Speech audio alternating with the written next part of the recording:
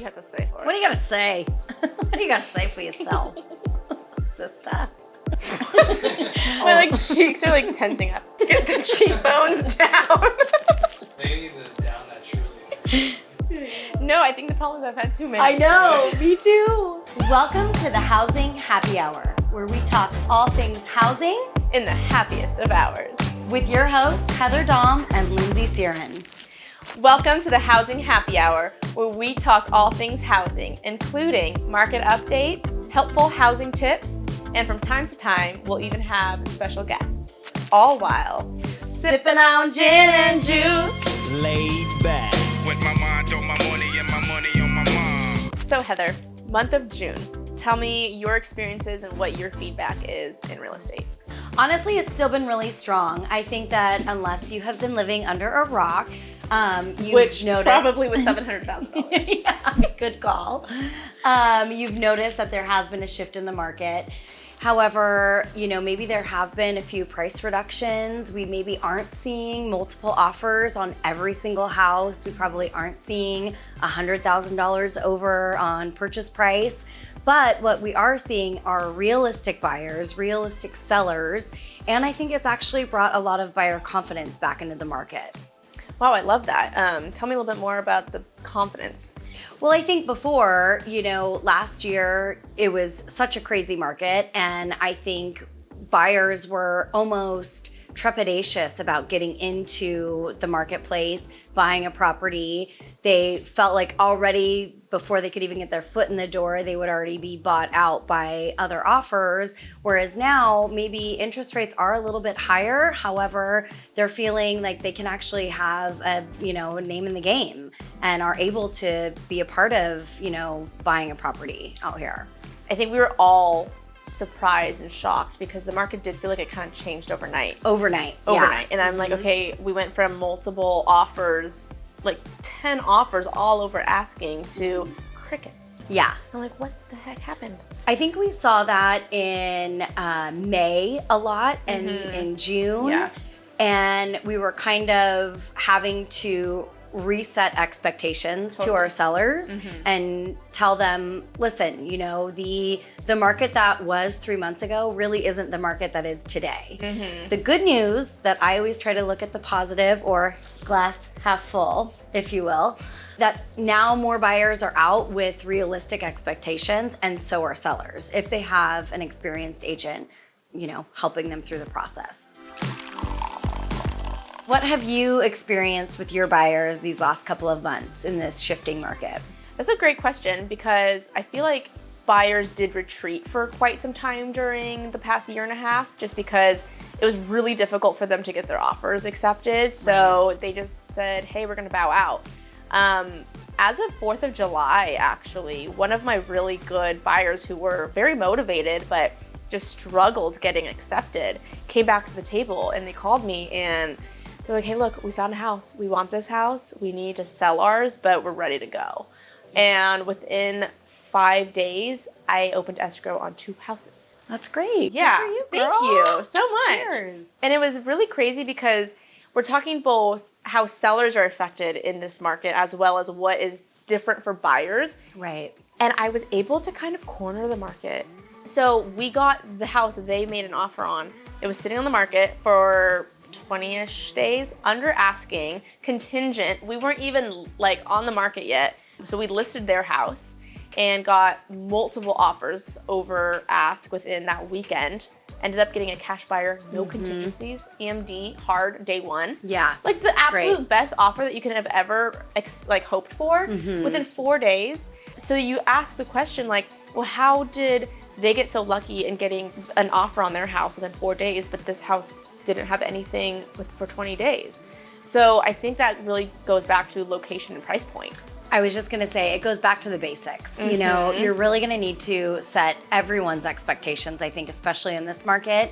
And that means buyers, sellers, even realtors, Right. We all have to be on the same page here. And again, I think if you are priced appropriately, and your house is in great condition and you market it appropriately, you're gonna find the buyers that are really meant to be for that house. One of my great friends, past client, amazing lender up in the Sacramento area, shout out to Cam Villa with Golden Bay Mortgage. Cheers to you. Cheers to you, homie. He says, marry the house and date the rate. If you find the right house, get in and figure out, refining 6 months to a year to 2 years later. Right. Because the goal is to get the house that you want. Right. And even if the rate isn't the best right now, you may have better luck in the future, but at least you have the house. So Totally. And I think buyers who came into the scene within the last 3 years have a misconception of what a good rate is. Yes, you're right. 2.5%, 3.5% is unheard of historically. Right. Everyone, like our parents' parents were all turning heads. 18%. Yeah, like Yeah. when they were buying, it was in the double digits. Yeah. My dad was stoked to be in the 4s. Yeah. I think like 2019 it was. Right. Or 2018. He was so excited it dropped to the 4s and then it dropped to the 3s. And Yeah. then, we know what happened next, but that isn't normal. And I think that especially young buyers who haven't bought before, who are first time, they're seeing these 2.5%, 3.5% rates, and they've seen that they're kind of in yesterday's, days, and they're like, well, we're never going to be able to afford because we're seeing these high prices and interest rates keep going up. Going back to what you even said, marry the house, date the rate. Yeah. There's never the right time to get in. You're always going to wish that you bought 20 years ago because you're going to see what our parents bought for, but you're not going to look at what their interest rate was. So, Right, it's a full picture. That's so true that you say that. Like, Yeah. I always remember my dad bought his first house for $27,000. But what do we know what the rate was? Yeah, we don't. Yeah. That's So nothing that we talk about. oftentimes the mortgage payment is kind of the same. Right. So now let's maybe talk about some real numbers. And we just read something where from July of 2021 to June of 2022, pending sales were down 15%, but the overall median sales price was up 16%. And I think that just goes to show, obviously, we had low inventory, but what we've noticed now is obviously interest rates went up. I think buyers were a little hesitant, but we still had, slim inventory, which would still drive our prices up. Absolutely. And I mean, what has changed in the past even few months is we did get a little bit more inventory just because we went into the springtime. But historically, we are still low. And I would even say the average condo townhome price was around $600,000 still. Yeah. Like that is an increase of, I think 15% it says. Yep. So, I mean, all in all, it just goes to show that even with interest rates, things haven't declined. And that is another good point, talking about recession. A lot of people think that, because we're in inflation, we're going to go into a recession. And if you look at historically, there's only been twice where in recessions, prices actually dropped. Right. In 2008, it was because the housing market was responsible for that recession. But all in all, prices actually were raising. So I don't really believe that we're due for a crash. Like everyone thinks that's going to be like 2008. Right. Because it's just historically things that have lined up to where we are today are not like back then. Exactly. Yeah. What would you now say to sellers? For me, I have been really setting pretty strict expectations. And again, it goes back to basics. I'm talking about condition, location, and price yet again, because I think those are three elementary things that will actually help you sell your property. And if it's, again, in a good condition, your location is great, you really need to hone in on price, especially now. So what are you telling your sellers at this point?